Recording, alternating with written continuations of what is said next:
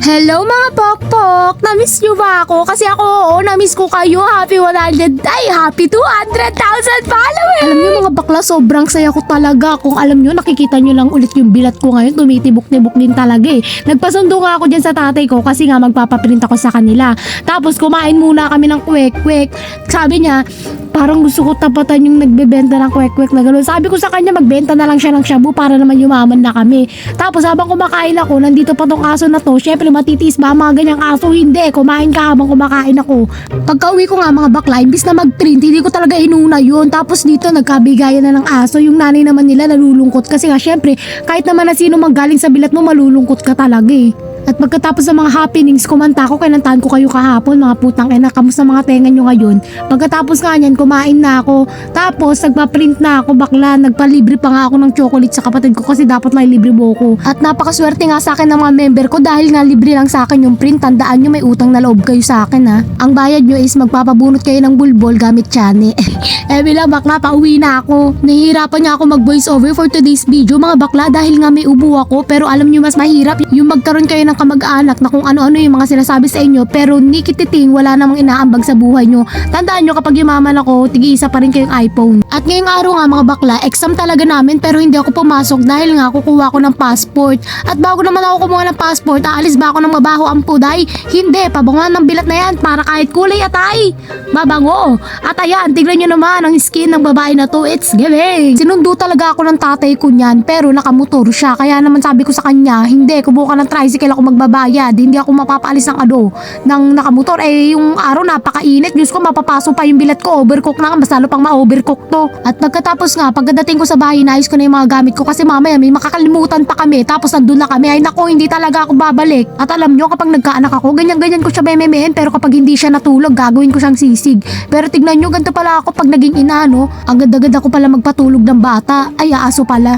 Sa mga nagtatalo-talo kung sino ang kamukha ko, kung si Carlin Ocampo ba o si Dexy Diaz, ang kamukha ko po ay si Marian Rivera. Thank you, goodbye. At tignan nyo nga ang balat ko dyan, mukhang pink ang bilat pero kapag binuklat, pwede ka na magsahog sa minudo, pukin ang ina. At sinundo ko muna yung kapatid kong susunod sa pagkapokpo. Joke lang, huwag na sumunod sa pagkapokpo ko kayo mga kapatid ko ha.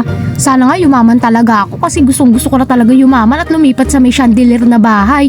Tignan nyo mga bakla, sobrang pagod ako sa biyahe kasi nga nung oras na ako natutulog araw-araw. Dapat nga may exam kami ngayon, di ba nasabi ko na, pero hindi ako pumasok kasi nga mas inuna ko yung passport ko. Kasi inuna ko magpokpok sa ibang bansa kaysa dito sa Pilipinas. Dahil nga nabalitaan ko, mas malaki ang bigayan sa ibang bansa kaysa dito, no? Kahit na magtatatumbling-tumbling ka dyan, biga ka pa, hagisa ka pa ng piso dyan. Nagpapagawa nga ako ng passport, naiwan ko pa yung bulbul ko dito. Naku, ewan ko dyan, hinayaan ko na lang, nakakaya naman sa guard. Ate, wala po kaming barya, pasensya ka na. Dito nga, inihintay namin si mama kasi nga nakakalimutan ko ulit sinabi nung nag-a-assist doon. At pagkatapos nga namin asikasuhin yun, kumain na kami dito dahil nga lahat kami wala pang kain, nagugutom na talaga kami, no? At tignan yung outfit ko ngayon, hindi talaga ako makahinga sa outfit ko ngayon kung hindi ko lang kailangan sa passport to. Ending, hindi naman ako na-picturean, bakla, wala, di rin nakahinga yung kabilat-bilatan ko, pati kautong-utungan ko, kawawa naman yung mga kambal na yun. At sobrang init nga sa loob ng kotse, mga bakla, dahil yung araw nasa loob ng kotse, ay pasensya na kuya ko pala yun. Ate, to ang chika, mga bakla kayo, magiging reporter muna ako ngayong araw dahil alam nyo ba, habang pauwi kami mga bakla, may nakita pa kami na scene na, nakalagay dun sa may lagayan ng tubig, tapos, bakla, Diyos ko po, may katawan dun, nakita dun sa may gilid, nako, nakakaloka talaga mga bakla, hindi ko na ipapakita dito. At ayan, uwi na nga sila. Hanapin nyo lang sa balita yung sinasabi ko sa inyo. Ano yan? Tinola na yan, boy! Tinola! Adobo, sisig! Adobo, sisig! At habang ihatid na nga namin si kuya, may nakita. Nung sabi ko sa inyo, nahirapan ako mag-voice over ngayon. Pero sige, bahala na yan. At habang patawid nga kami sa mahabang parang, nakita din namin yung manok, tumatawid din. Diyos ko, magpasalamat ka na sa Panginoon dahil hindi ka pa tinola ngayon kung nakuha kita. At naarboran ko pa nga ng damit na naman to kapatid ko. Diyos ko, pupunta ka lang dito sa bahay, papalitan ko lang ng damit mo.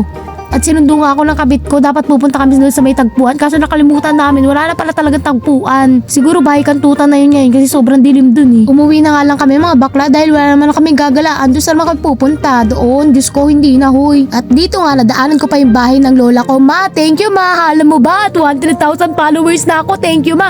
Kasi alam ko ang daming wishlists doon kay Lord. Pero alam ko, pinauna mo yung wishlist ko kasi nabubuhay ka, medyo sip-sip ka kay Lord eh. Thank you ma, I love you.